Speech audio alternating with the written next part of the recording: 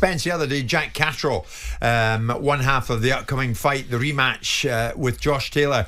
He joined us. Of course, we know the rematch at last takes place, not back in Scotland, not down in London. It's in Leeds on May the 25th. They are the bitterest of bitter rivals, these two. And Jack Catterall spoke to us in the build-up to what should be an epic night. You know what? I'm taking confidence from the work I'm putting in. I'm training really hard. And that's what's always given me confidence come fight night. I look back at the 10, 12, 15, 2-year period where I've not had fight dates, but I've stayed in the gym, I've stayed working, I'm traveling, I'm sparring people.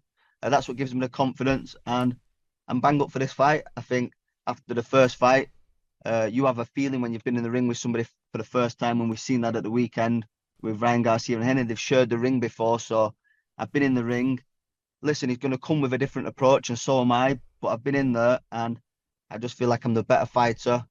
I'm going to be improved since last time. I feel like I've matured. I've gained that experience, and I'm going to take it into the second fight. Spencer, Catterall was quite bullish there, and he's upbeat about it all. After all the wrangling, delays, cancellations, is the appetite for this fight as strong as I think it is? Yeah, I think it is. You know, you go back to 22 and the controversy surrounding that. You know, that last fight, and most people actually thinking Jack Catterall won that one quite clearly by a landslide, actually.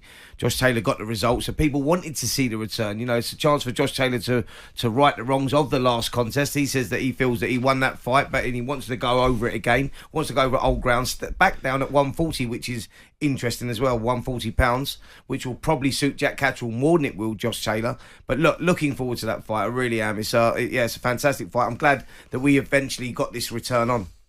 So, I mean, some people think, this fight's almost cursed, Simon, that it will never take place, that one of the two may appear again with another injury, and that'll be at Kibosh again. This is it would seem. Well, I think people feel that Josh has avoided the fight, and subsequently that's put it into the long grass. Now, conventional wisdom would have suggested that Josh Taylor's performance going into that fight against Jack Catterall, he was a pound-for-pound candidate.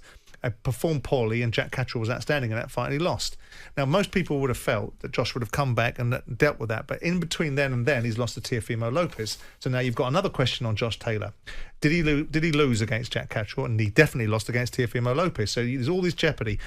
Jack Catterall is a very different animal than the fighter that walked into the first fight, although he says, I was the challenger, I didn't have the credentials, so I kept my trap shut and I let Josh Taylor diminish me and disrespect me and basically disregard me. Right?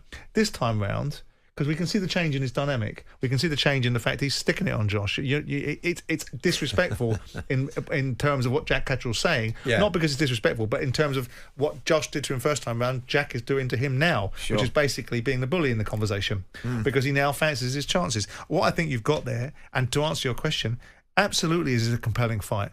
Absolutely. And the bad blood creates it, and the disrespect creates it, and the disdain, and the outcome of the first fight, and all those questions, and it will be a barnstormer of an experience. Now, if the perception is that Josh Taylor is no longer the animal that he once was, and I think you feel that to some extent. Well, it's down at 140 that concerns me. I think that Josh Taylor has outgrown the 140 mark right now. I think that he would be better at 147. I really do. But he says that he can still make the weight comfortably. I think that ego may play a big part in that as well, because obviously he would get backlash if the fight was at a catch weight or up at 147. So look, my concerns are Josh Taylor is an formidable fighter, and you know, he was the undisputed champion, pound for pound star, as Simon said, and you look at the size and the frame of him, you go, I don't know how he makes that weight, you know, and that's got to take something out of you. And you look at the performance against Teofimo Lopez, you look at the performance against Jack Catterall, and I go, I don't think that he's on a slide as a fighter.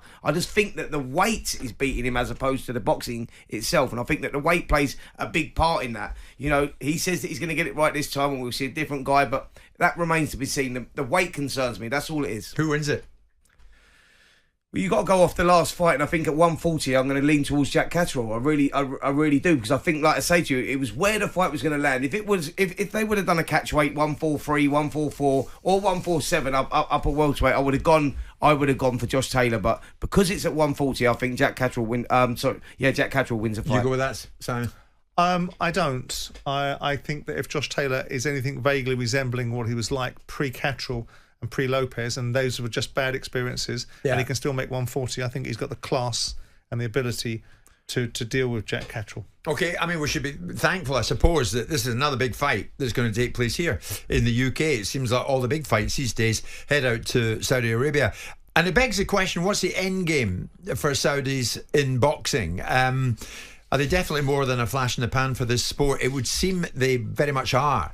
The Saudis, in the person of Turki Alashi, said this week that he plans to be in boxing for a long, long time. And he promises more fights. He named three top fights that he would wish to make in an ideal world in the coming years, which I have to think would be staged over in Saudi Arabia. Tyson Fury against Joshua, he'd love that.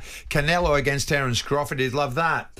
Berbatov or Bivol against Benavidez. They're here to stay, Simon. We guessed that much. Oh, I think certainly they are in the intermediate term. And they're not just going to put on events in the Middle East. They're going to put events on in London. They're going to put events on in America because they want influence and they want recognition wherever they go. And they've got the cash and the clout to turn out people's lights. It makes the landscape much better for the boxing fan because they're going to see the big fights. Whether you agree with some of the sycophancy that's going on and all of that, that's the by. For boxing fans, they're going to see the biggest fights. And this argument, well, they're in the Middle East. Well, they used to be in Vegas and they used to be in Madison Square Garden. So let's not get too carried away of where they used to be. Sure. The only problem that I have is when you see great big British dust-ups. It'll be so disappointing if we actually get to see Fury versus Joshua and we don't get to see it at Wembley Stadium. Yeah, agree. That will be disappointing. Yeah, they're historic fights. They're the ones that you want to see at Wembley Stadium. But you're right. I echo what you say there, Simon. I think that, what the investment of Saudi Arabia has done and Turkey Al Sheikh is, we're getting the fights that we've longed to see for a long, long time. And I think that will long continue. I think that they've got a big interest in boxing and these fights will happen. So for the boxing fan, it's a win-win.